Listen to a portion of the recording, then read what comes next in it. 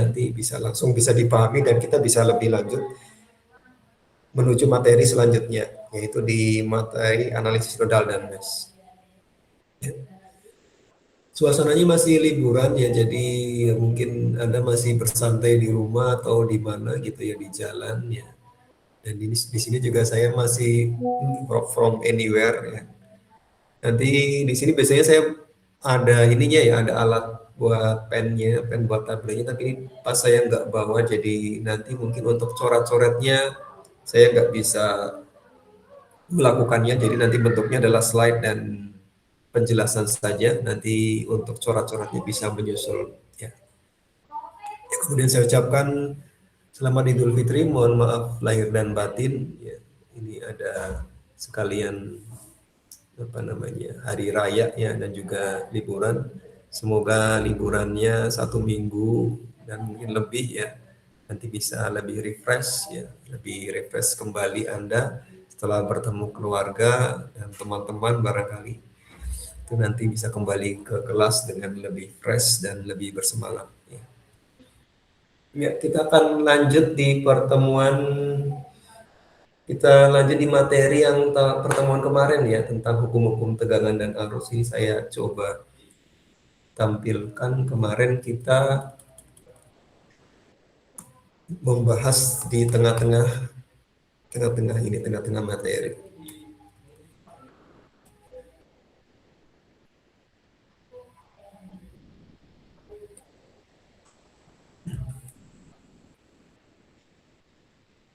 Jadi yang kita lihat di materi ini adalah kita kenal istilah node, kemudian ada istilah loop atau lintasan tertutup, yang dengan pemahaman istilah ini akan kita pakai di hukum Kirchhoff arus dan hukum Kirchhoff tegangan. Dan juga kalau Anda masih ingat, arus itu punya dua yang perlu diingat, yaitu arus dia memiliki nilai dan memiliki arah ya. Kemudian tegangan juga memiliki nilai dan memiliki polaritas atau tanda.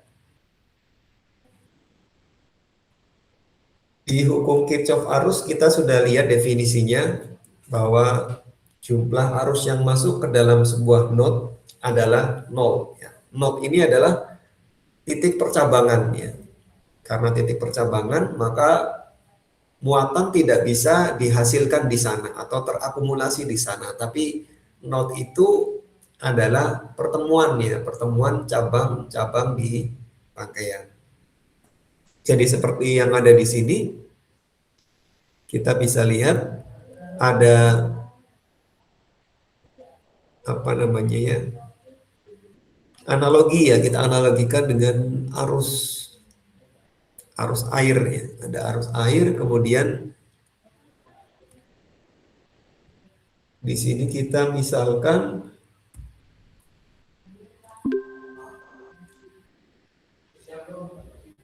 arus airnya ada satu pipa besar dan ada dua pipa kecilnya. Ada jalur yang besar dan yang kecil. Kemudian di sini kita lihat arus yang datang dari satu pipa yang besar ini bercabang di sebuah node, ini titik percabangan. Jadi titik percabangan ini menghasilkan dua aliran ya, atau dua aliran melalui dua pipa yang lebih kecil mengarah ke kanan kiri ya, ke bawah tapi kanan kiri ya. Maka di sini kita punya node di tengah sini, titik percabangan. Jadi Kirchhoff arus adalah jumlah arus yang masuk ke dalam sebuah node gitu ya. Misalkan node-nya di sini adalah sama dengan 0. Yang artinya adalah kalau misalkan arus masuknya adalah positif, maka arus keluarnya negatif, berarti sebenarnya dia bisa diterjemahkan menjadi arus yang masuk dalam sebuah node itu sama dengan arus yang keluar dari sebuah node. Ya, jadi nggak mungkin di sini ketika arusnya ini ukurannya segini, kemudian arus yang sebelah kiri dan kanannya menjadi lebih kecil atau lebih besar. Ya. Kecuali ada yang bocor ya, kecuali ada masukan yang lain ya. Kalau di sini pipanya itu benar gitu ya, maka tidak ada pertambahan jumlah arus ya, besarnya arusnya. Ya. Karena itu nanti kita hubungkan dengan kekekalan muatan, kekekalan energi. Ya, kemudian kita gambarkan di gambaran yang seperti ini ada 4 cabang, kemudian yang bertemu di satu node, dan di node ini kita punya pertemuannya antara arus-arus yang masuk ya. Jadi arus yang masuk ke dalam sebuah node titik percabangan itu sama dengan nol. Artinya kalau kita misalkan yang masuk adalah positif, yaitu misal IA dan IB, maka arus yang keluar kita nilainya negatif ya, karena kebalikannya keluar. Jadi kalau sesuai dengan hukum Kirchhoff arus, ya, ya kalau kita tuliskan sesuai dengan definisinya IA plus IB gitu ya, karena plus kemudian IC-nya min, ID-nya min sama dengan nol. Atau bisa kita tuliskan lagi,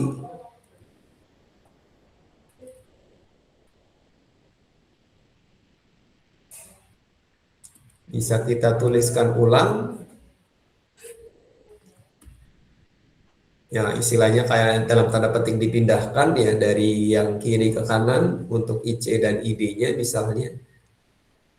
Dalam tanda petik ya, dalam tanda petik dipindahkan gitu ya. Ini IA plus IB sama dengan IC plus ID.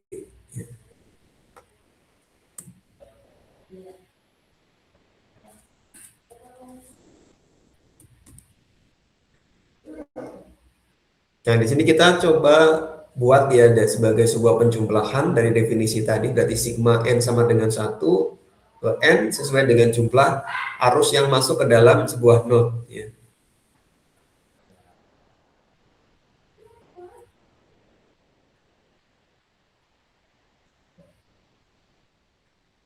Kemudian di sini kita lihat apa namanya soal yang kemarin kita sudah bahas.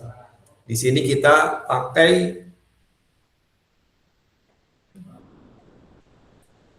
apa nih? Pakai hukum Kirchhoff arus ya. Yang dicari adalah I. I itu apa? I itu di sini yang dicari I adalah arus yang melewati R3. Arus yang melewati R3.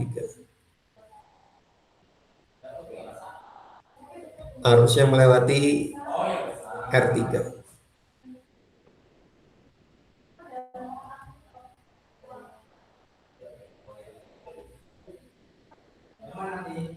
Jadi di sini kalau kita lihat kita punya berapa node di sini? Yang di atas kita punya node 1, kemudian yang di bawah kita punya node 1 lagi. Ya. Kemudian dengan node ini maka kita bisa gunakan hukum Kirchhoff arus. Ya, hukum Kirchhoff arus. Hukum Kirchhoff arus berarti kita punya node yang sini ya. Ini sebenarnya node ya. Kita akan terapkan hukum Kirchhoff arus. Hukum Kirchhoff arus.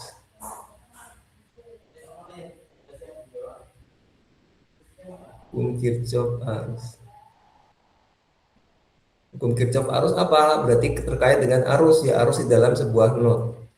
Kita punya node yang 1, kemudian kita punya arus yang masuk ke dalam sebuah node ya, misalkan arusnya sudah kelihatan di situ. Ada 3 ampere, kemudian ada arus yang ke sana, berarti arus yang ke sana ini yang masuk ke node ini adalah arus yang melewati R1 ya. Kemudian di sini kita juga terlihat juga yang arahnya ke bawah sebesar 2 ampere, ini juga arus yang melewati sebuah elemen yaitu arus yang melewati R2. Di sini kita juga ada juga ya arus yang masuk ke node dari sebuah sumber arus yaitu sebesar 5 ampere, dan yang ke bawah adalah yang kita cari ya, yang kita cari di sini. Yang kita cari adalah I, yaitu arus yang melewati R3. Ya. Ya langsung aja diterapkan ya. Berarti di sini ada arus masuk yang ke sana, ada R1 ya. Berarti yang ke sana kan berarti sudah jelas ya arusnya yang melewati R1 itu sejumlah apa atau sebesar apa?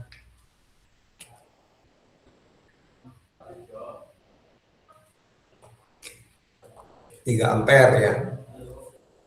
3 ampere, arus yang melewati R2 sebesar 2 ampere, arus yang masuk melalui sumber arus sebesar 5 ampere. Jadi kita langsung bisa tahu ya itu berapa. Kemudian hukum tegangan Kirchhoff, ya, kita lihat jumlah tegangan-tegangan di sekeliling lintasan tertutup atau loop adalah 0. Jadi yang perlu kita lihat adalah loop, lintasan tertutup. Jumlah tegangannya itu sama dengan 0 ya. Ya, kita lihat di sini kita punya loop.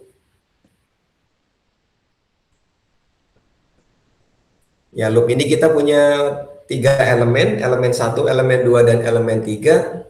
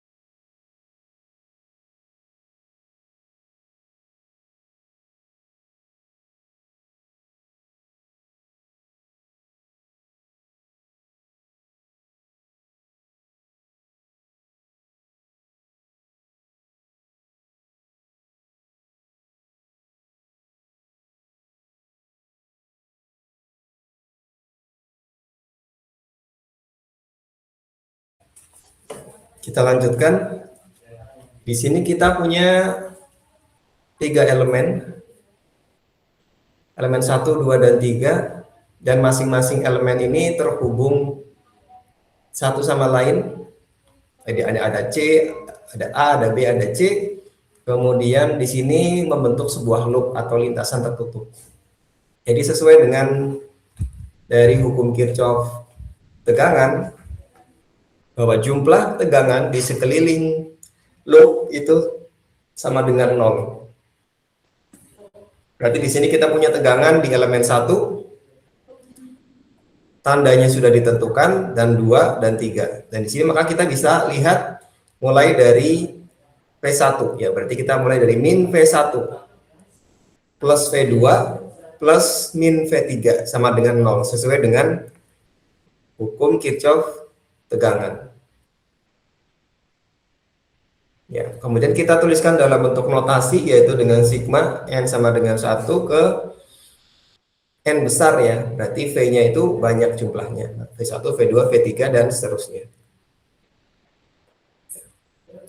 Jadi metode pelacakannya adalah bergerak searah jarum jam, kemudian tuliskan nilai tegangan pada setiap elemen sesuai dengan terminal plus atau min yang dijumpai terlebih dahulu. Berarti di sini bisa kita tuliskan min V1 plus V2 plus min V3 sama dengan 0.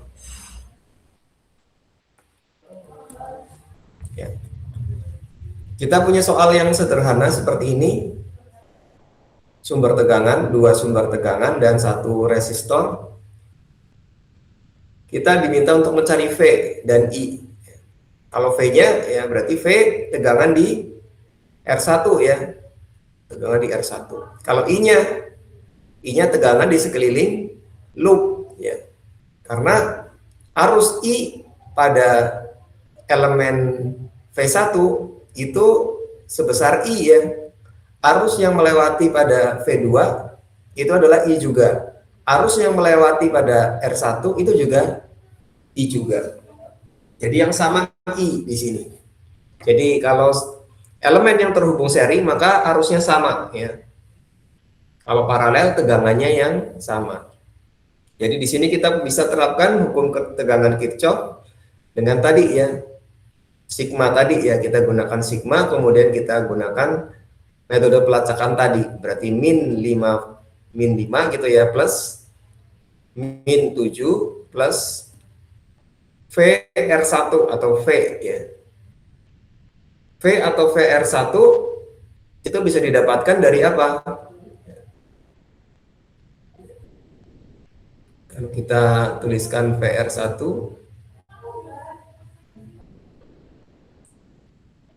itu bisa didapatkan dari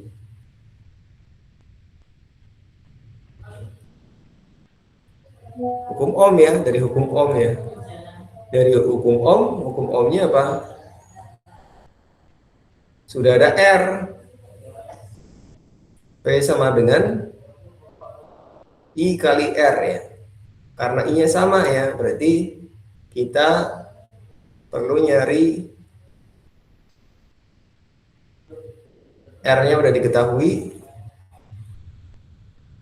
R1-nya 100 ohm, I-nya I gitu ya. V-nya yang dicari ya. VR4 atau VR1 atau V. Ya, berarti kita ketemu nilai VR1 karena dari min 5 dari hukum Kirchhoff tegangan. Min 5 plus min 7 plus V atau plus VR1 sama dengan 0. Udah ketemu V-nya, kemudian bisa kita cari I-nya. Cara mencari I ya ini aja ya, dibalik aja I ya.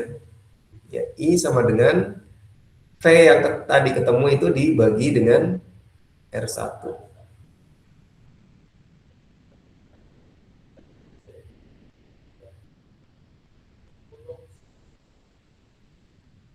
Jadilah kita ketemu V dulu, kemudian baru R1. V didapatkan dari hukum Kirchhoff tegangan, I didapatkan dari hukum Ohm. Kemudian di sini kita juga punya soal yang lain ya. Kalau dasarnya adalah loop, maka kita punya beberapa loop ya, loop ini gitu ya, loop di sini, ya kemudian loop di sini. Maka yang perlu kita perhatikan adalah bagaimana mencari loop yang terdiri dari elemen yang sederhana, elemen yang lebih sedikit dan sudah diketahui. Ya, kalau nggak diketahui ya kita jangan pakai yang itu ya. Misalkan di loop di sini kita nggak ketahui nilai V-nya tuh berapa. Ya. Ada tandanya tapi nggak ada nilainya. Ya, kalau di sini juga ada tandanya, ada nilainya ya. Kecuali yang ini ya, VR2 ya. Kalau VR2 diketahui berarti kita bisa cari di sini pakai hukum Kirchhoff tegangan untuk loop ini. Dan ketemulah nanti Vx ya. Untuk soal-soal yang seperti ini ya, itu Anda harus bisa ya.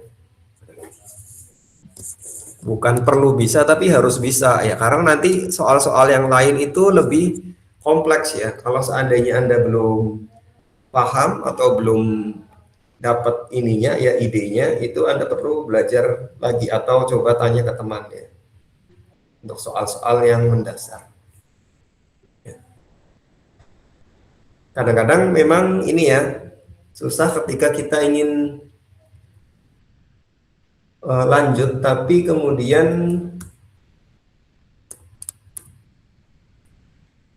kita belum paham dari konsep dasarnya gitu. Jadi emang kita perlu perhatikan konsep dasarnya, kemudian nanti ketika pengembangan itu nanti bisa ngikut aja gitu ya. Anda tinggal mengikuti aja pengembangannya gitu ya. Asal prinsip dasarnya itu diketahui. Contohnya di sini ya. Kita pun perlu mencari V ya. V itu di mana? Yaitu kita perlu tahu dulu ya, V itu ada di mana? Ya, tegangan di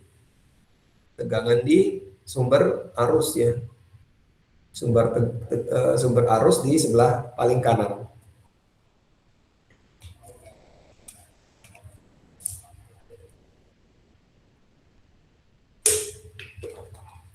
Bagaimana cara mengetahuinya? Sumber tegangan yang ada di sumber arus, arusnya juga nggak diketahui, tegangannya juga nggak diketahui, gimana caranya gitu. Ya kita bisa gunakan loop ya, kita gunakan loop. Di sini loop berarti kalau tegangan di sumber arus ini diketahui atau tidak diketahui, berarti sumber yang ini juga mestinya diketahui, ternyata nggak diketahui ya yang di R4-nya. Jadi kalau seandainya R4 ini adalah menyerap daya, berarti yang sumber arus ini berarti memasok daya. Ya. Berarti harusnya seimbang antara yang di sini dan yang di R4 dayanya. Ya. Dan juga kalau kita lihat hubungan antara sumber arus dan R4 ini terhubung paralel ya. Karena terhubung paralel, mestinya tegangannya sama ya.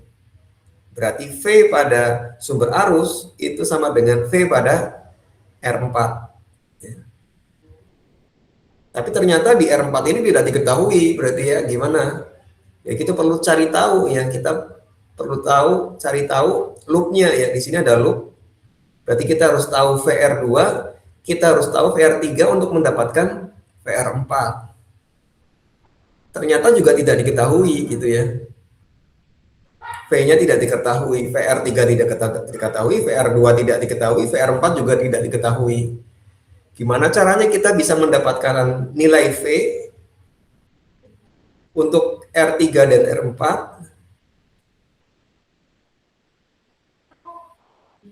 Jadi untuk R3 dan R4 dan R2, ya caranya gimana? Ya V itu kita tahu, V itu di dalam hukum Ohm, V itu sama dengan I kali R ya. Sama dengan I kali R.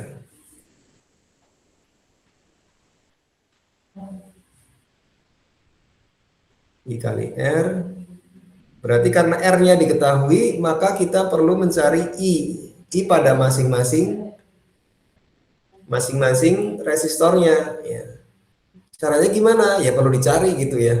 Berarti di sini kita belum sampai di tengah ini, maka kita mundur lagi ke loop sebelumnya. Nah, di sini kita lihat ada sumber tegangan 60 volt, oh ada tegangannya. Kemudian di R1 ini belum ada tegangannya. Tapi di sini kita ketahui ada arus yang melewati R1 atau melewati loop ini ya sebesar yang melewati R1 sebesar 5 ampere. Berarti kita bisa dapatkan VR1 itu sama dengan 5 dikali R1 resistansi pada R1 yaitu 8. Berarti nilainya 40 volt. Berarti kita ketemu 60, 40, kemudian kita ketemu yang R3 ya. Berarti kita dapat tuh nilai VR3 dari hukum Kirchhoff tegangan yang ada di sini. Kemudian kita untuk yang lebih lanjut di sini kita perlu tahu juga ya tegangannya juga, tapi ternyata tegangannya tidak diketahui ya. I yang melewati R2 juga tidak diketahui ya. I yang melewati R4 juga tidak diketahui. Maka kita gunakan apa ini? Kita harus bisa menentukan secara cepat ya berdasarkan intuisi, berdasarkan latihan yang sudah dilakukan bahwa ini bisa diselesaikan dengan apa ya. Karena ada arus, maka kita bisa juga menggunakan hukum Kirchhoff arus pada node yang ini ya. Berarti nanti ada arus masuk 5 ampere ke node ini, kemudian ada arus yang keluar misalkan yang ke R3, kemudian ada yang ke sana gitu ya. Ya.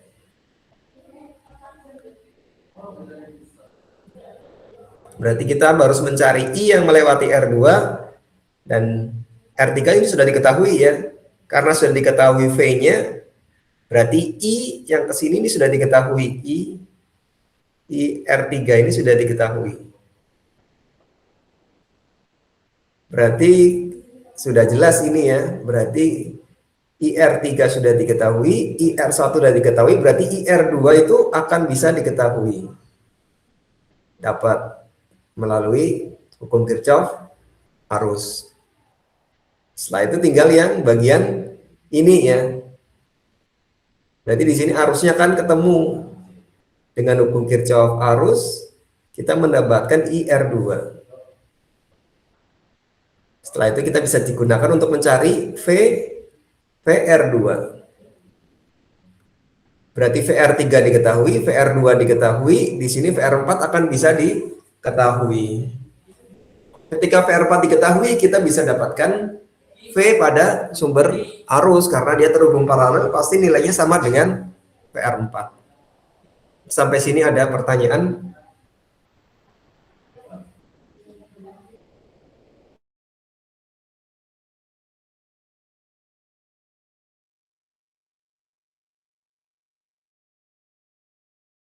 Pak Iwan, berarti ini yang kita cari terlebih dahulu itu R1, R3, R2 ya Pak urutannya? Bukan R1, R2 terlebih dahulu.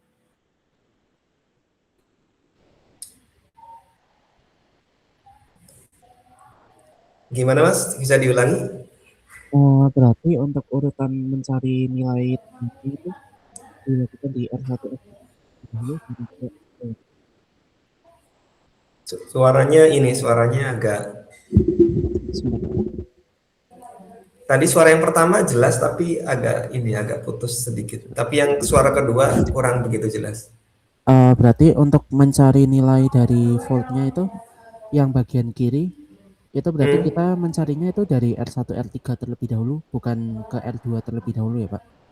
Ya, karena pertama kan kita pengen menerapkan hukum Kirchhoff tegangan. Jadi kan kita perlu tahu tegangan pada R1 dan tegangan pada R3 kan.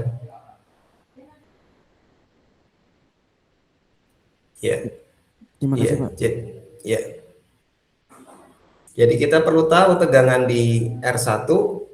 Kalau R1 gampang karena ada arus yang melewati 5 ampere dan 8 ohm ya. Ketemu VR1, kemudian kita terapkan hukum Kirchhoff tegangan. Karena di sini ada 60, di sini ketemu VR1, ketemu VR3. Ya, ketemu VR3, tapi kita akan menggunakan hukum Kirchhoff tegangan di sini.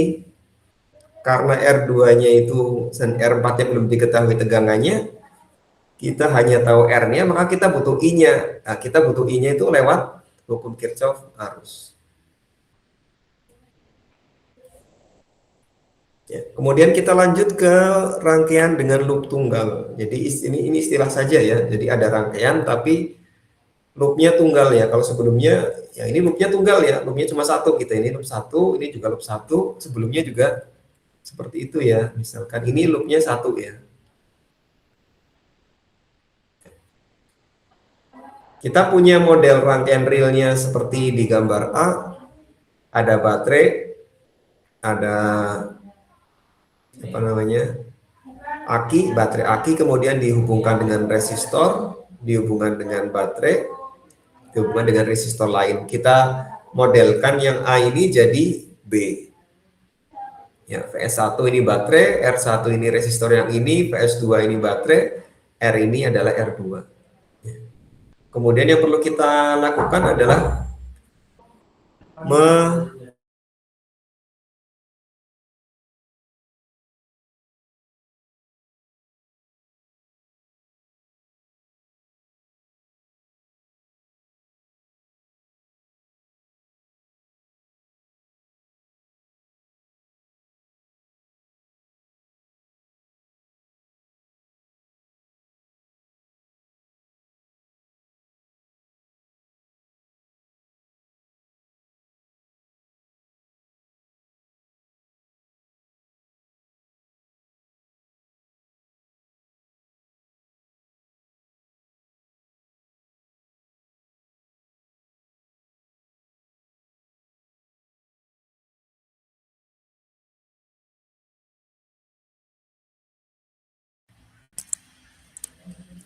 ya, di sini kita akan lihat bahwa model yang ini dari real ke yang model yang di B, kemudian kita beri tanda di C. Ya.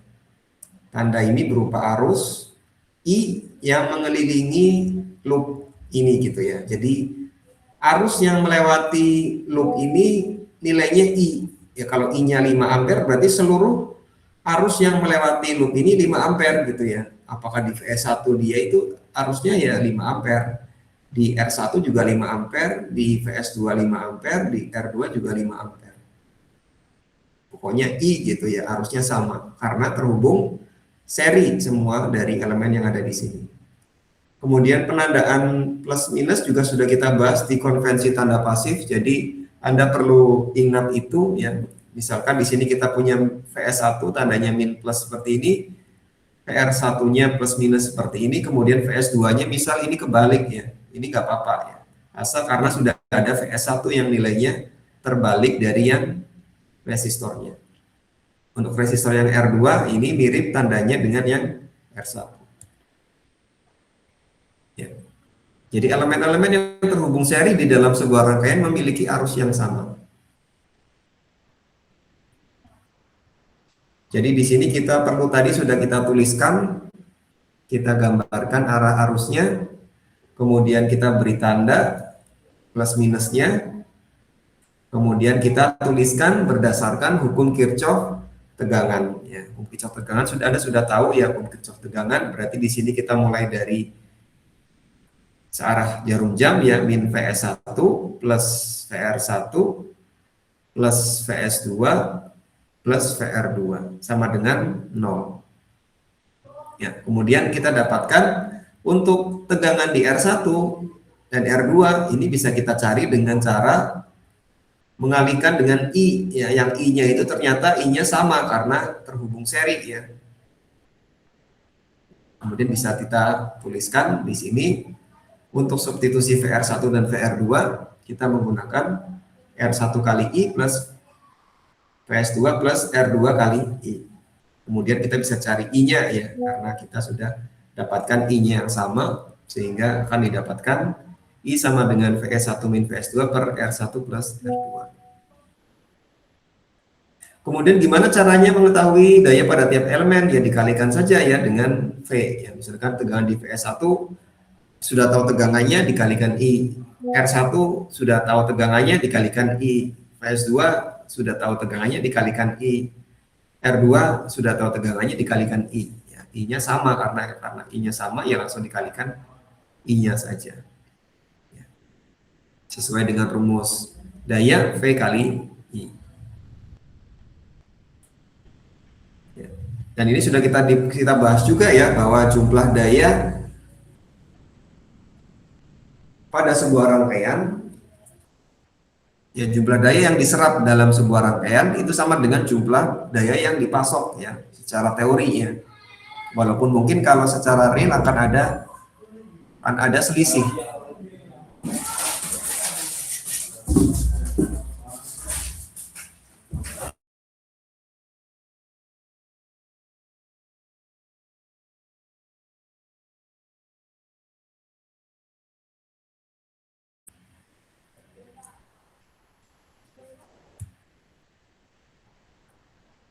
Kita lanjut ke rangkaian pasangan not tunggal. Jadi kalau tadi rangkaian loop tunggal, ini not tunggal. Ya. Kita tahu bahwa ketika sebuah elemen itu terhubung secara paralel, berarti dia ada cabang gitu ya. Setiap elemen menjadi cabang, kemudian terhubung paralel pada cabang lainnya. Ya, maka kedua cabang tersebut memiliki tegangan yang sama atau elemen itu mempunyai tegangan yang sama.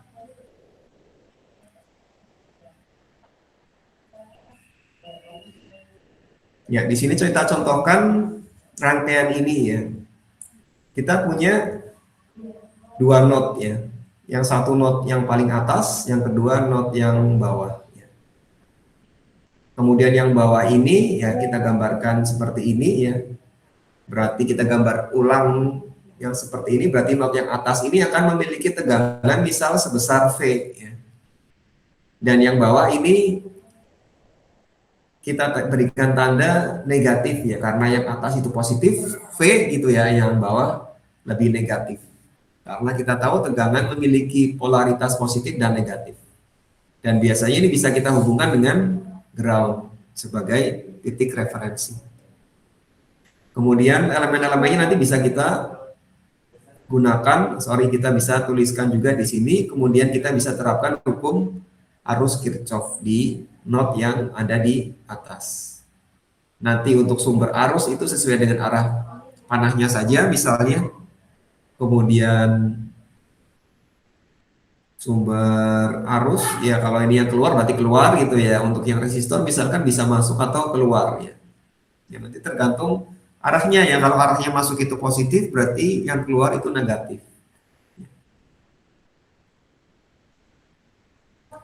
Ya.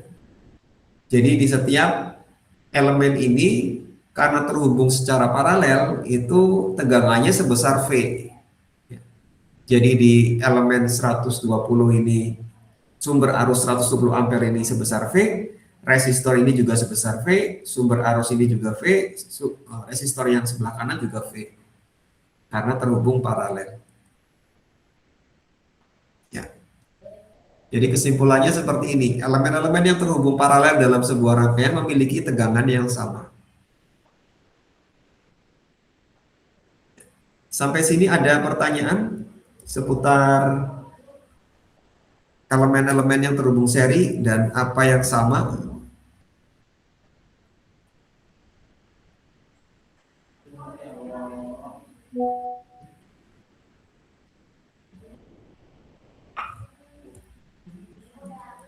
Kalau tidak ada, kita lanjutkan ke sumber bebas terhubung seri dan paralel. Jadi elemen bisa terhubung seri dan paralel. Sumber tegangan dan sumber arus juga bisa dihubungkan secara seri dan paralel. Cuma masalahnya kita bisa gabungkan atau kita bisa ganti sumber tegangan atau sumber arus bebas itu dengan sumber arus ekivalennya. Jadi misalkan baterai, Anda punya baterai sebesar 1,5 volt dihubungkan seri dengan 1,5 volt, maka kita bisa menghasilkan satu sumber tegangan sebesar 3 volt ya. Karena kita jumlahkan atau kita total ya, kita jejer gitu ya. Sumber tegangan bebas bisa dihubungkan seri kemudian diganti dengan ekivalennya. Nah, di sini ada V1, V2, V3 ya, nanti bisa kita masukkan di sini ya. Tandanya masih sama, min plusnya itu yang memasok gitu ya. Kemudian kita bisa pilih yang memasok itu positif, tapi nanti kalau kita gunakan tandanya dia negatif gitu ya. Berarti V1 plus V2 ya. Kemudian min V3. Kemudian sumber arus ini kalau terhubung secara paralel baru dia bisa diganti dengan satu sumber ekivalennya. Tinggal dijumlahkan saja ya. Misalnya yang ke atas adalah positif, berarti I1 plus min I2 plus I3. Jadi sumber tegangan dan sumber arus yang bisa digabungkan seperti ini atau dicari ekivalennya itu adalah yang bebas saja ya. Yang tidak bebas tidak bisa. Perlu diingat-ingat, yang tidak bebas itu tidak bisa, hanya yang bebas saja.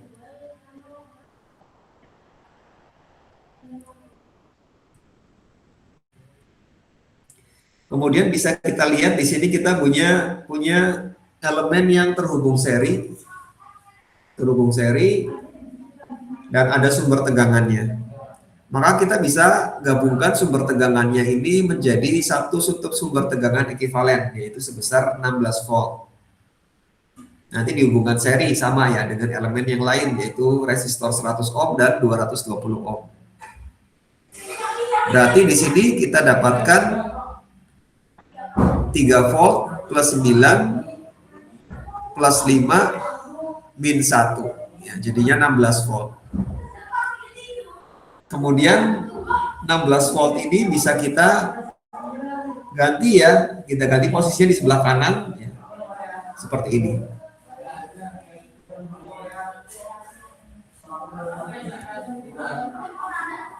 Ya, bisa kita lihat tandanya untuk 16 volt seperti ini.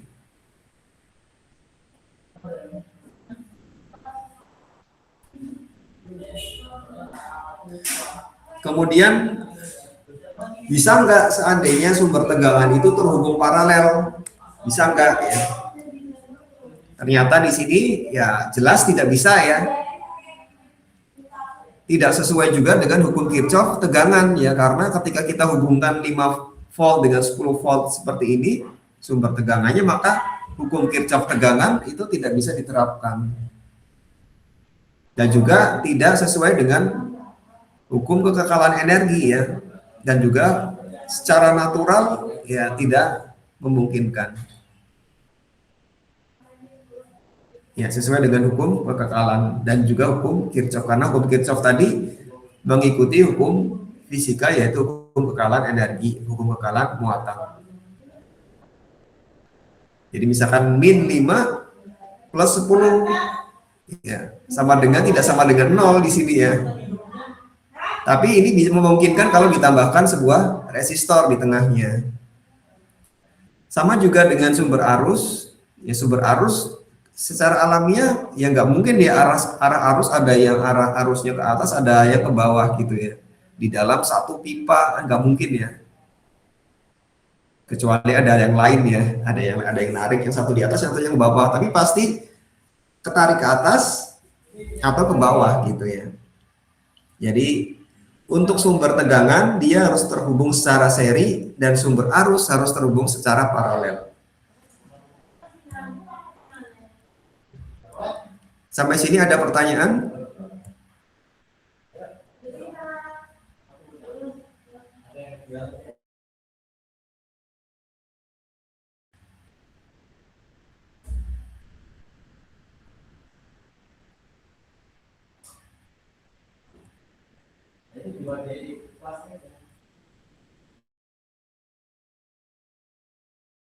Ya, kita lanjut ke resistor terhubung seri dan paralel. Ya, seperti sumber tegangan dan sumber arus, kita bisa ganti resistor yang dihubungkan dalam sebuah rangkaian menjadi satu buah resistor ekivalen. Jadi lebih sederhana ya.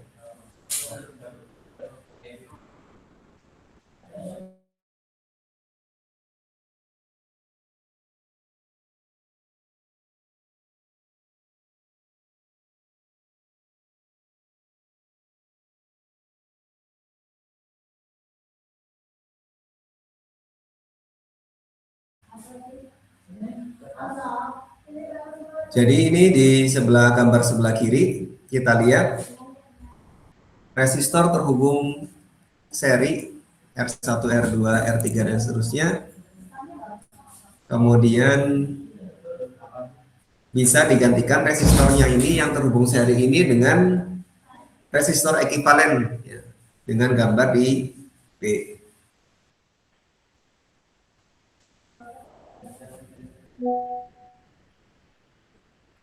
Caranya gimana ya? Caranya kembali lagi ke hukum-hukum yang sudah kita gunakan sebelumnya ya, yaitu hukum Kirchhoff dan hukum Ohm. Ya, kalau kita tahu di dalam sebuah loop ya, kita bisa terapkan hukum Kirchhoff tegangan ya. Berarti nanti min Vs gitu ya, plus VR1 atau V1 plus VR2 dan seterusnya gitu ya. Kemudian kita gunakan hukum Ohm yang kita bisa gunakan untuk mencari V pada masing-masing R ya. Nanti yang sama apa? Ya tadi kita sudah pelajari bahwa yang sama di dalam rangkaian yang terhubung seri adalah yang sama adalah I-nya ya. Yang sama adalah I-nya. Karena itu I-nya ini bisa dikeluarkan ya, sehingga tinggal R-nya saja dijumlahkan ya. Jadi kita dapat mencari R ekivalen untuk rangkaian resistor yang terhubung seri dengan menjumlahkan semua resistornya. Kemudian yang paralel ya, bisa kita lihat R1, R2, R3 dan seterusnya terhubung paralel. Karena paralel yang sama apa? Yang sama adalah V-nya ya. V pada IS, V pada R1, V pada R2, R3 dan seterusnya itu sama, yaitu sebesar V. R1, R2 dan seterusnya ini bisa kita ganti dengan R ekivalen dengan cara kalau mau urut ya kita bisa menggunakan hukum Kirchhoff arus ya. Karena apa? Karena di atas ini ada not ya. Satu not ya, satu not, kemudian nanti kita dapatkan arus-arus di setiap resistor. Nah, kita menggunakan hukum Kirchhoff arus. Kemudian kita dapatkan bahwa tegangannya sama ya sebesar V.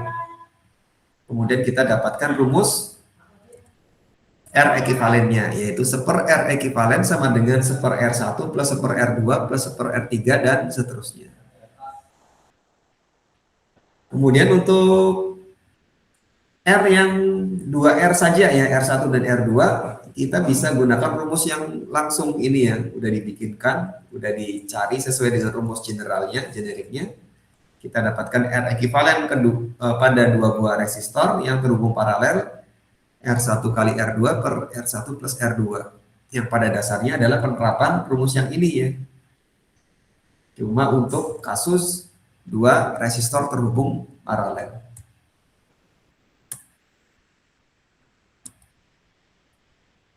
Ya. Kemudian kita lanjutkan ke pembagi tegangan. Ya.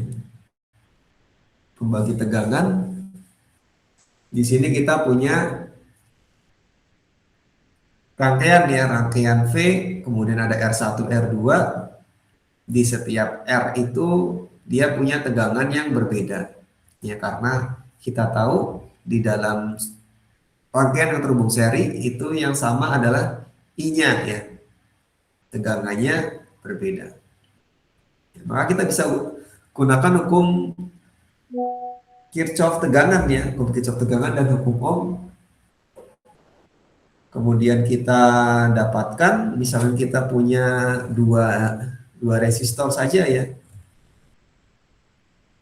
dua resistor saja di sini, berarti kita terapkan R1, R2 di sini ya, karena bentuknya adalah apa? Seri. Ya. Berarti kita dapatkan I karena V-nya sama dibagi dengan R ekivalen.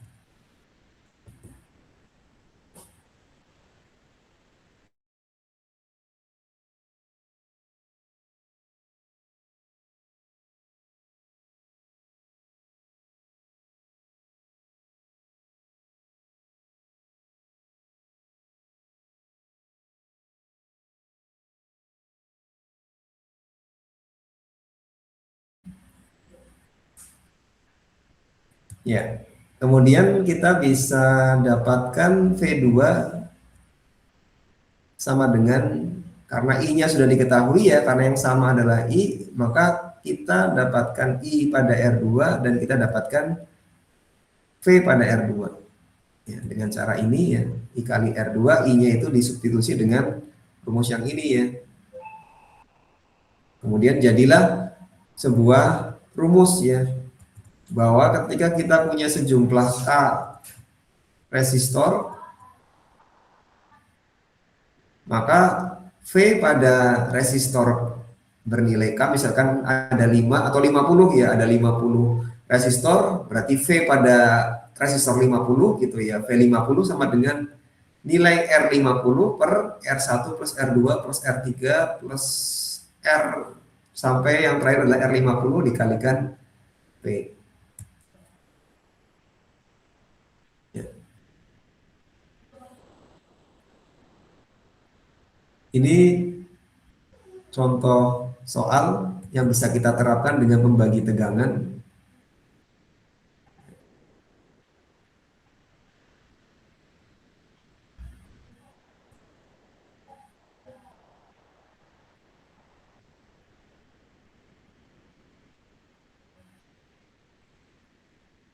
Bisa Anda coba cari Vx. Vx berarti dia tegangan di mana nih?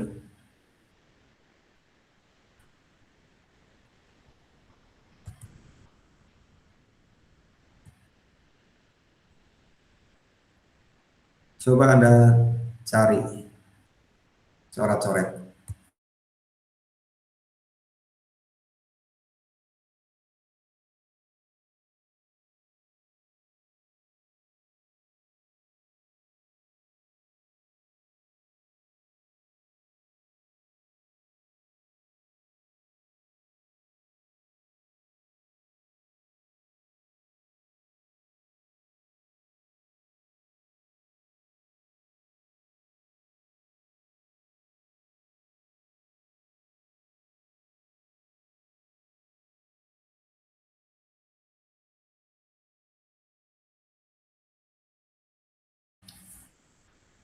Ya, di sini Vx berarti V pada resistor 2 ohm ya. Kita bisa gunakan pembagi tegangan, bisa ya, asal semua resistornya terhubung seri ya, atau di dalam sebuah loop misalnya ya, terhubung seri pokoknya ya, kita bisa gunakan rumus pembagi tegangan. Tapi di sini kita punya dua resistor 10 ohm yang terhubung paralel.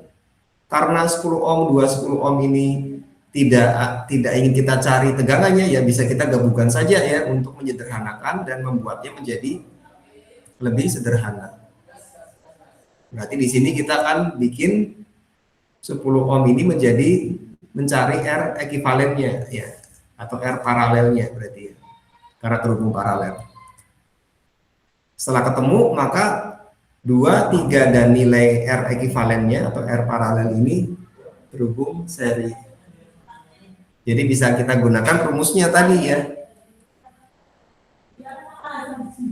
Rumusnya berarti V pada R 2 ohm sama dengan, itu kalau R1 ya, berarti 2 ohm per 2 ohm plus 3 ohm plus R paralel gitu ya, dikalikan V. V-nya adalah 10.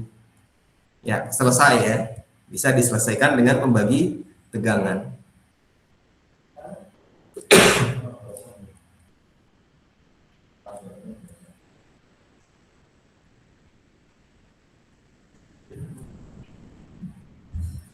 Kemudian pembagi arus. Pembagi arus berarti kita punya resistor yang terhubung paralel seperti ini. Ada arus I sebesar I, dan arus ini akan punya percabangan di sini karena ada node. Berarti yang I1 itu dia mengarah ke R1, atau I yang melewati R1, dan I2 arus yang melewati R2. Di sini tegangan yang sama pada R1 dan R2 adalah sebesar V. Kita melakukan dengan R paralel ya. Kemudian kita temukan untuk rumus untuk dua resistor yang terhubung paralel, kita dapatkan ini ya. Kalau kita mau mencari I2 berarti kita gunakan R1 per R1 plus R2 dikalikan I. Atau kalau kita mau bikin yang generik ya, maka kita bisa pakai yang bagian bawah ya. Cuma mungkin terkesan ada perperannya, jadi ada agak ini aja ya, agak kelihatan agak rumit sedikit ya. Intinya adalah IK sama dengan I kali seper RK ya, per seper R1 R2 plus seper R3 dan seterusnya gitu ya. Kalau kita mau mencari I5 gitu ya, sama dengan I dikali seper R5 gitu ya, nilai pada R5, kemudian per 1 plus 1 per R1 plus 1 per R2 plus 1 per R3 plus 1 per R4 plus 1 per R5 gitu ya. Tapi kita punya rumus yang lebih sederhana di sini kalau mencari R yang dua resistor yang terhubung paralel. Ya, kita lihat rumus, kita lihat contoh soalnya ya. Coba Anda cari IX. Coba Anda coret-coret dulu.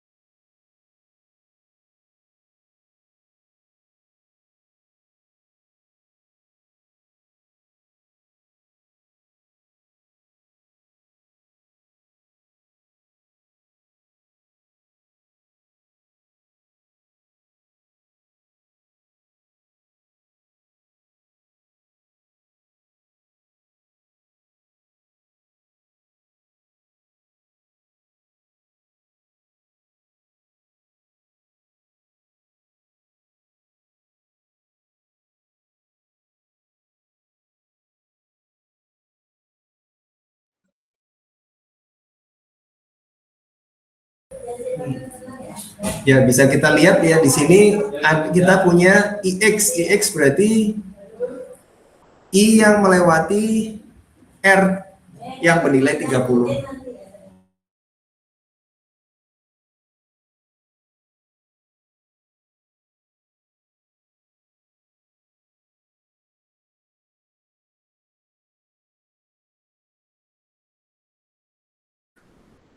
Berarti IX adalah I yang melewati resistor dengan nilai 30.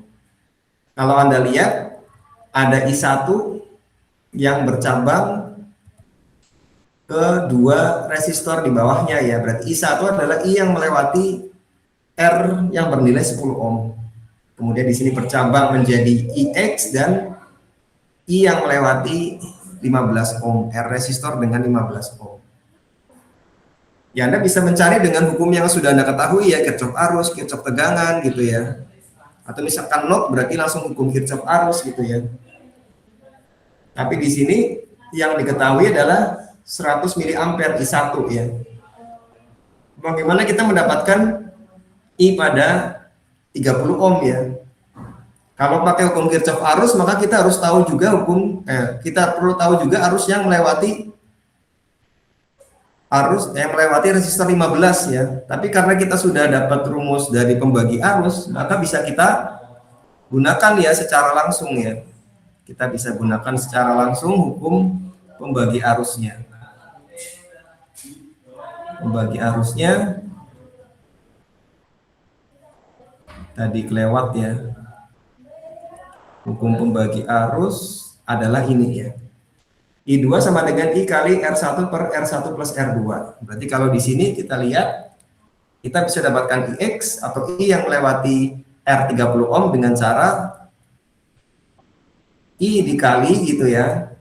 I dikali 15 per 15 plus 30. Gitu ya. I-nya itu adalah I1 ya, karena ini yang masuk ke dalam titik percabangan di sini ya. Jadi 15 per 15 plus 30 dikalikan I1.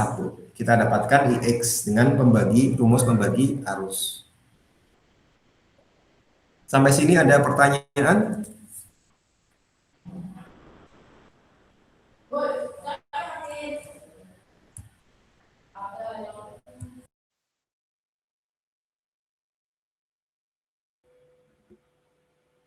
Pak Iwan, permisi. Ini berarti nggak usah dihitung sampai resistor yang sebelum-sebelumnya ya, Pak? Ya, itu nanti ada soal-soal yang Anda hanya fokus pada yang ditanyakan saja. Dan ketika yang ditanyakan itu sudah dijawab, ya Anda menyelesaikan ya tujuan dari soal tersebut gitu ya. Anda yang dicari kan cari IX ya. Yang diketahui I1 sama dengan 100 mA, Anda sudah tahu hukum pembagi arus, sudah ditemukan IX tuh. Nggak perlu nyari dengan yang lain gitu.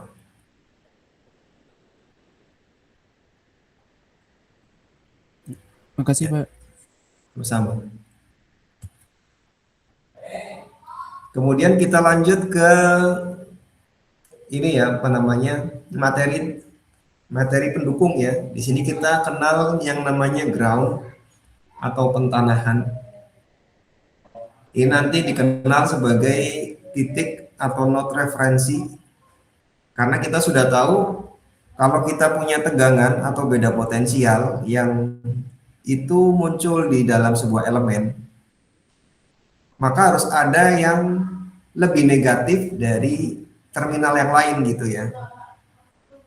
Maka di sini ground ini digunakan sebagai titik atau node yang dia nilainya 0 volt atau mendekati 0 gitu ya. Jadi secara teori harus 0 gitu ya, tapi tidak selalu ya. Bisa 0,2, 0,5 gitu ya. Pokoknya mendekati 0 gitu. Dan ini digunakan sebagai reference node atau node referensi. Kita nanti punya yang disebut sebagai ground earth atau earth ground, ground pada bumi. Berarti nanti bumi yang dijadikan sebagai ground gitu ya. Kita bisa gunakan ini misalkan untuk benar-benar membuat nilai referensinya groundnya itu pakai tanah gitu ya, memang ditancapkan ke tanah ya misalnya.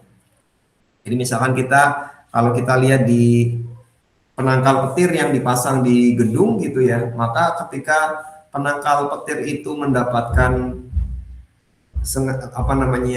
petir ya, mendapatkan petir yang terkena di penangkal tersebut, dia akan mengalirkan arus listrik atau muatan yang bergerak tadi ke bumi, dan di bumi akan istilahnya ya di-groundkan gitu ya ke bumi, sehingga dia tidak menyambar gedung atau menyambar sesuatu di atas, karena gedung yang tinggi itu kan biasanya mudah untuk tersambar karena namanya tinggi ya. Jadi ketika kita berada di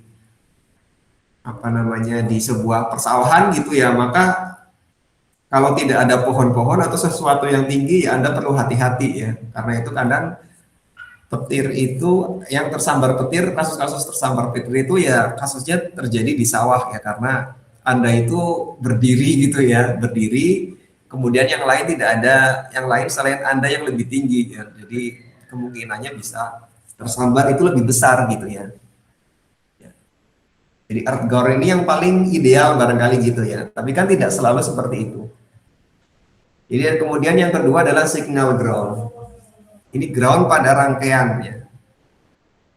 Supaya tujuannya apa? Supaya nanti ya tadi kita menginginkan beda potensialnya benar-benar beda potensial sesuai dengan requirement dari rangkaiannya ya, misalkan 5 volt gitu ya, berarti yang ujung yang bagian yang not yang satunya itu 5 volt, yang bawah itu ya kalau bisa 0 volt supaya nanti stabil gitu ya operasi dari rangkaiannya. Kemudian yang ketiga adalah chassis ground ya. Chassis ground ini ground pada rangka-perangkat ya, bisa ditempelkan pada rangka atau casing atau yang lain.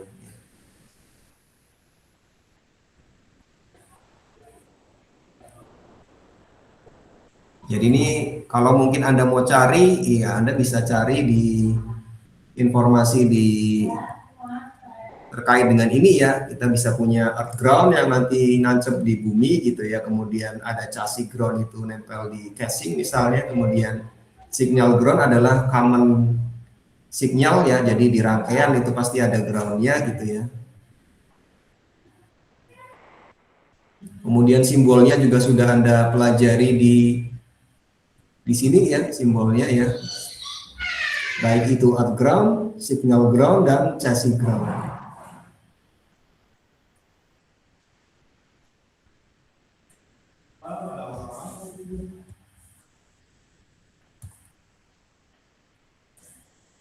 Ya, kemudian ini gambar yang sudah sempat Anda lihat di tugas juga ya, ketika ada seseorang di depan TV, kemudian di atas TV, di bawah TV, berarti TV itu diletakkan di sebuah meja, TV itu dicolokkan di wall outlet yang masuk ke jala-jala di rangkaian di jaringan listrik dalam rumah, kemudian terhubung ke PLN misalnya ya.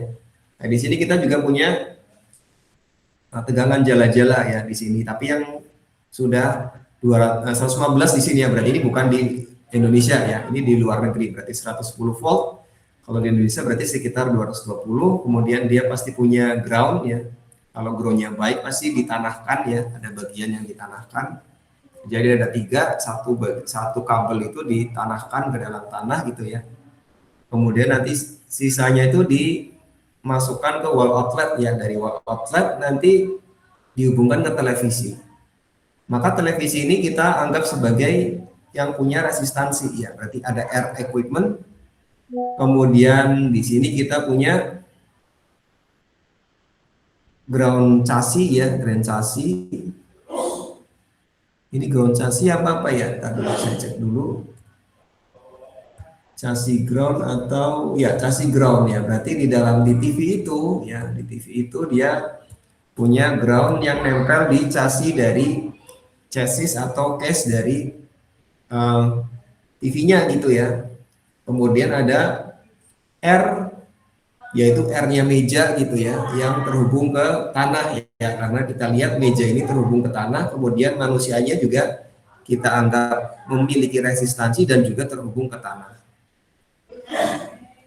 Dan di sini kita lihat ketika manusia ini menyentuhkan ke televisi yang misalnya ada sebuah apa namanya groundnya mungkin misalkan kurang baik ya, ataupun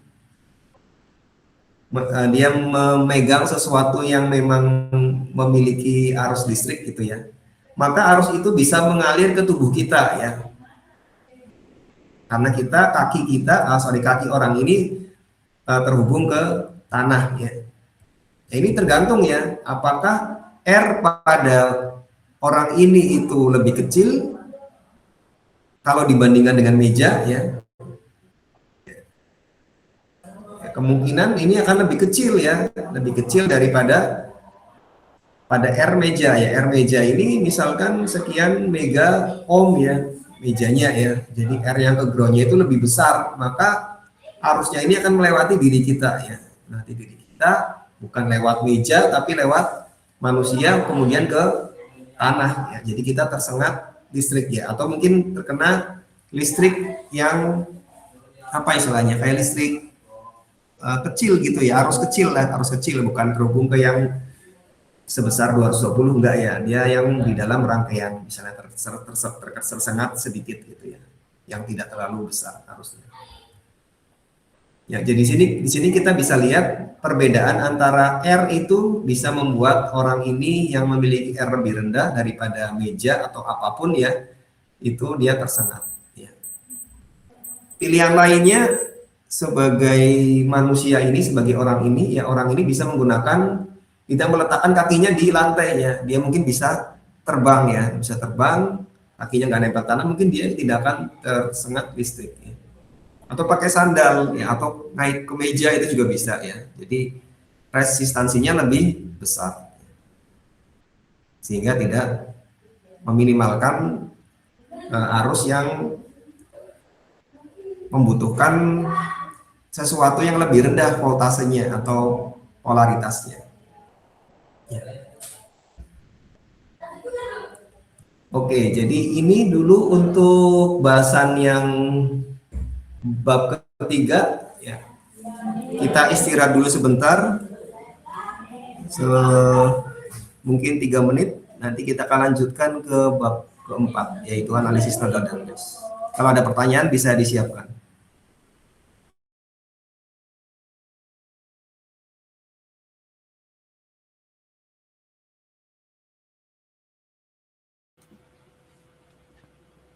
Permisi Pak Iwan, izin bertanya Pak.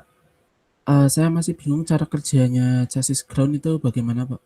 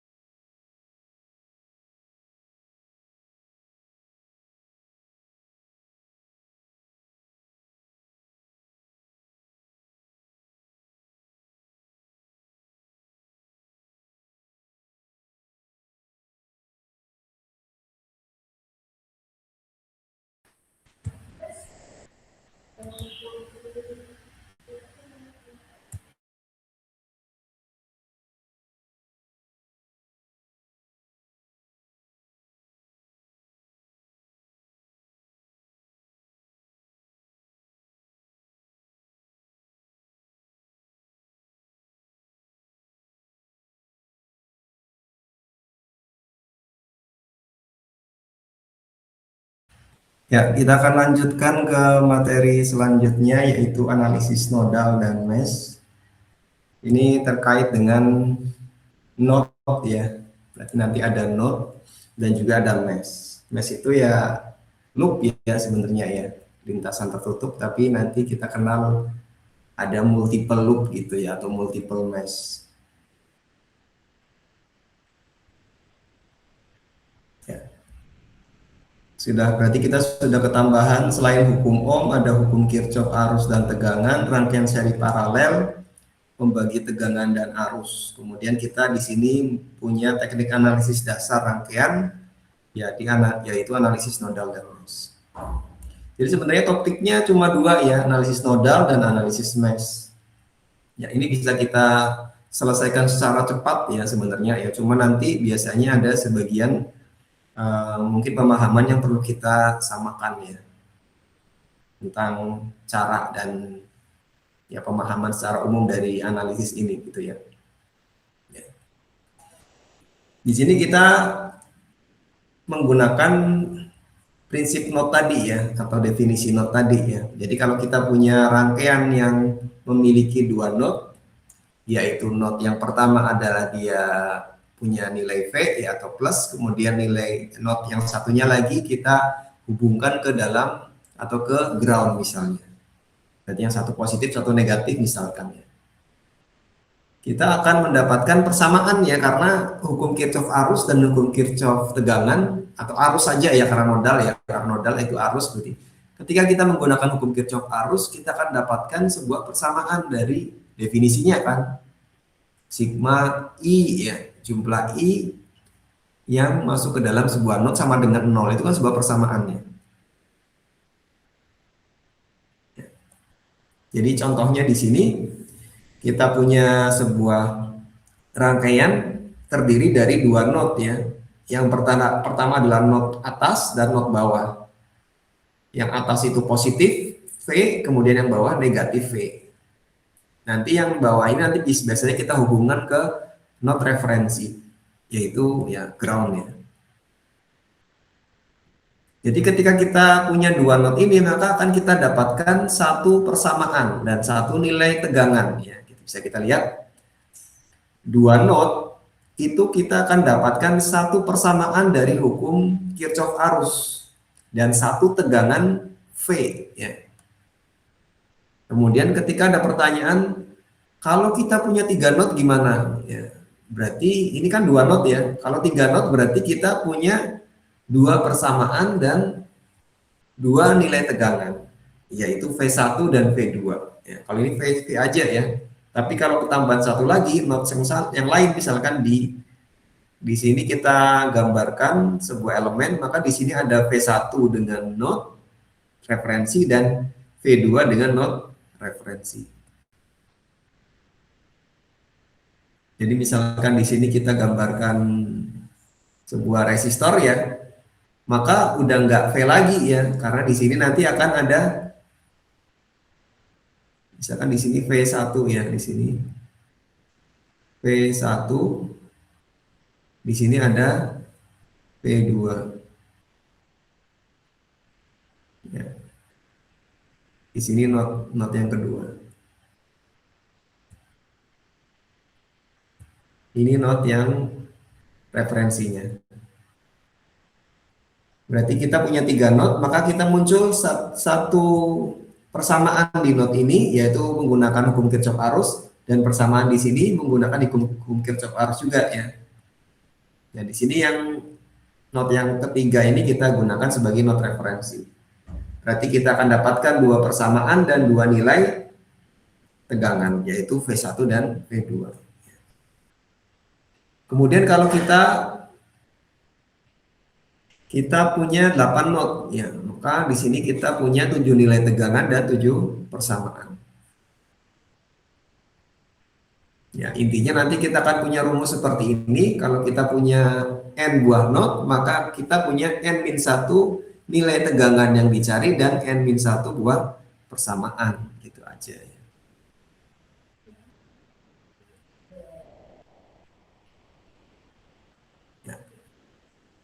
Kita lihat di rangkaian ini ya.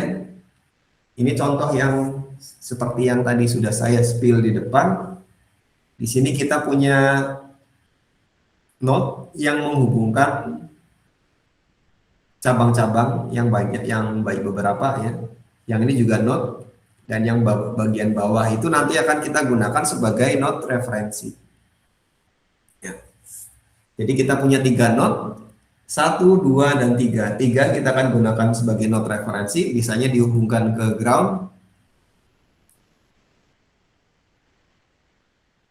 Nilainya lebih negatif dari node 1 dan node 2. Dan di sini kita punya 2 node ya. Nanti ada tegangan yang muncul di sini V1 dan node referensi, dan V2 dan node referensi. Jadi kalau kita ngukur pakai multitester, berarti kabel merah kita tempelkan di node 1 dan kabel hitam ke 3 gitu ya. Akan terukur V1 gitu ya misalnya ya. Kemudian multitester yang kemudian pindah gitu ya, diukur yang V2 ini berarti yang merah kita tempelkan di node 2, yang hitam ditempelkan di 3. Kita ukur itu bernilai V2. Ya. Dan kita lihat antara A dan B ini gambar yang sama ya, cuma yang B ini gambarnya lebih jelas ya, kelihatan node-nya ya. Dan kalau kita lihat node referensi itu menghubungkan lebih banyak cabang daripada node 1 dan node 2.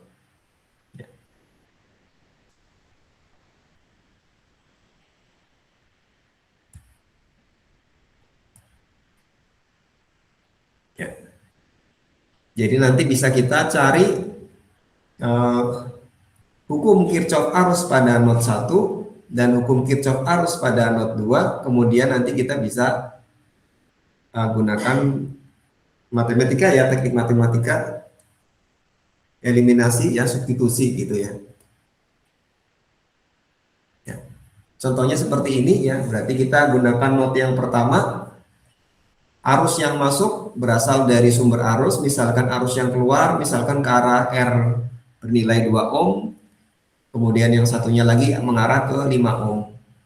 Yang kita cari ya, misalkan kita tuliskan berarti 3,1 plus ya, kemudian min ya, ini berarti ada tegangan di sini ya, tegangan V1 ya, V1 per 2 min V1 per 2, karena I ya itu didapatkan dari V per R, berarti V1 per 2. Kemudian yang ke kanan ini yang ke arah V1 ke V2 ini ya, yang titik node 1 dan titik node 1 dan node 2, berarti di sini ada arus sebesar V1 min V2 dibagi 5. Jadi nanti hukum Kirchhoff arusnya 3,1 plus min V1 dibagi 2 plus min V1 min V2 dibagi 5 sama dengan 0. Atau dituliskan kalau arus masuk sama dengan arus keluar dituliskannya seperti ini. Jadi persamaan 1 dituliskan gitu ya. Kemudian persamaan yang kedua dari node yang kedua. Misalkan kita bikin arus yang masuk sumber arus itu jadi yang masuk gitu ya. Maka di sini kebalikannya ya. Nilainya terbalik, berarti nanti min 1,4. Kemudian sisanya misalnya jadi arus yang masuk arus yang keluar melewati 5 ohm dan arus yang keluar melewati 1 ohm. Pada node kedua kita dapatkan hal yang serupa dengan yang persamaan pertama ya. Berarti di sini min 1,4 plus min V2 per 1 min V2 min V1 dibagi 5 sama dengan 0. Atau kalau misalkan arus masuk sama dengan arus keluar akan dituliskan seperti persamaan yang kedua ini. Ya. Kemudian dia tinggal selesaikan saja ya. Ya, nanti tinggal diselesaikan saja karena sudah ketemu dua persamaan, ketemulah V1 dan V2. Setelah itu tinggal dicari ya, setelah V1 V2 dicari, kita bisa nyari arusnya ya, arus yang melewati misalkan R1 ohm gitu ya, dan seterusnya. Atau daya gitu ya, setelahnya dicari daya, itu juga bisa. Ya.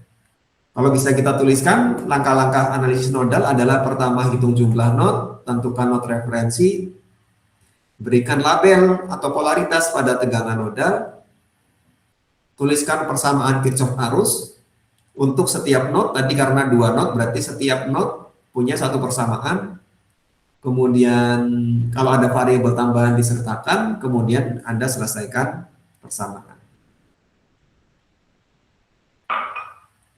Sampai sini ada pertanyaan?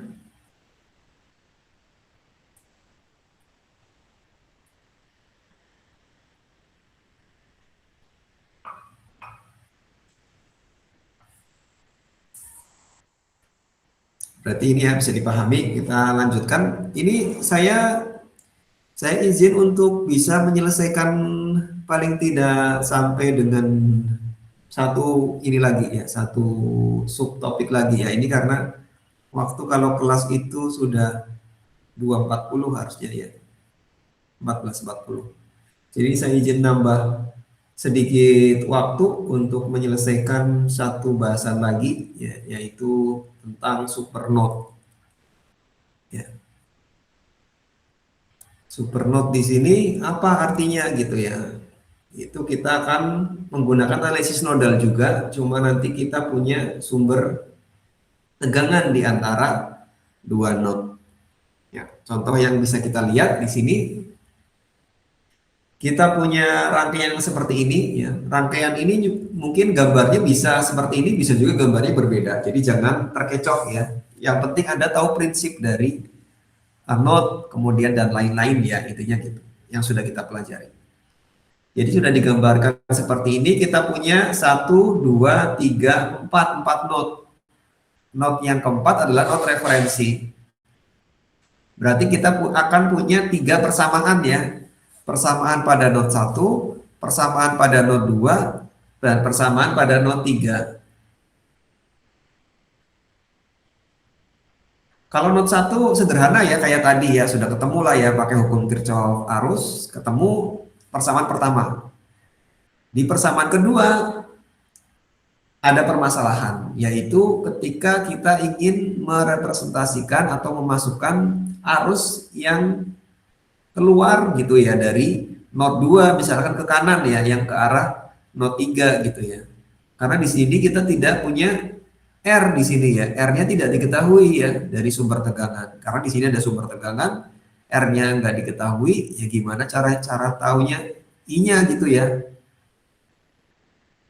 Kemudian di node 3 juga sama ya. Di bagian yang mengarah ke node 2, arus yang keluar misalnya dari node 3 ke arah node 2, ini kita tidak ketahui R-nya. Jadi I-nya juga tidak diketahui ya. Yang ada hanya sumber tegangan di sini. Maka kita bisa gabungkan ya, ada teknik yang namanya supernode, yaitu ketika ada sumber tegangan di antara dua node, itu bisa kita gabungkan menjadi sebuah supernode di sini. Jadi node 2 dan node 3 akan dijadikan sebuah supernode. Ya, efeknya apa? Ya, kita buat node 2, node 3 dan sumber tegangan. Sorry, berarti ada tambahannya ya. Nggak cuma node 2 dan node 3, tapi ada sumber tegangan di antara node 2 dan node 3. Dijadikan sebuah supernode. Nggak hanya node-nya saja ya, berarti ada 3 komponen. Yang pertama node 2, sumber tegangan, dan node 3.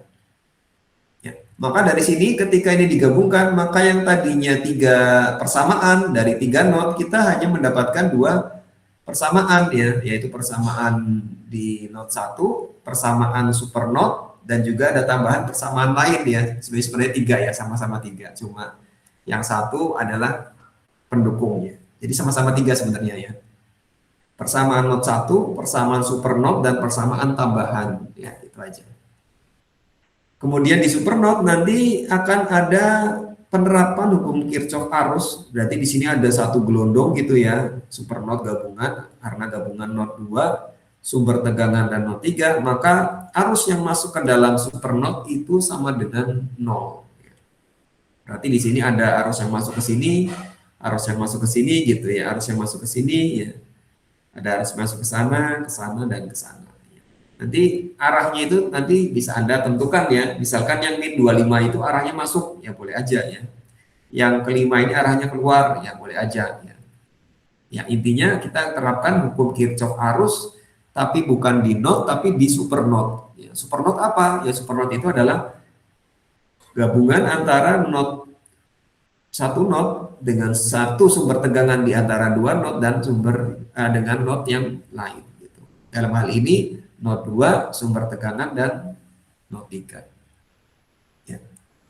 Ya, mungkin itu ada pertanyaan sebelum kita tutup kelasnya terkait materi ya.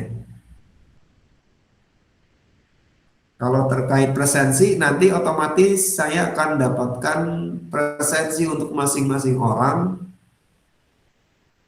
durasi mengikuti kelas. Nanti akan saya lihat berapa durasi kelas yang diikuti gitu ya. Dimulai dari materi yang di waktu mulai dan waktu selesai ya. Ya kira-kira 80% Anda mengikuti sesi kelasnya gitu ya, itu akan dianggap sebagai kehadiran. Mungkin ada pertanyaan, dipersilakan sebelum kita tutup.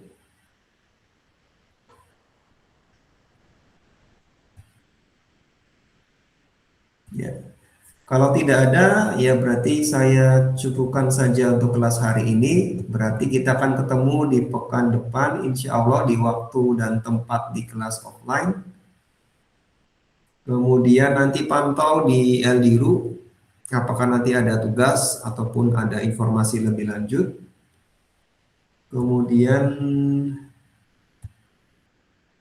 ya itu saja. Terima kasih atas partisipasinya. Semoga bermanfaat, terima kasih dan selamat melanjutkan liburannya dan semoga bisa refresh dan ketemu di kelas offline kita di pekan depan insya Allah. Terima kasih. Wassalamualaikum warahmatullahi wabarakatuh. Waalaikumsalam warahmatullahi wabarakatuh. Terima kasih Pak. Waalaikumsalam. Waalaikumsalam.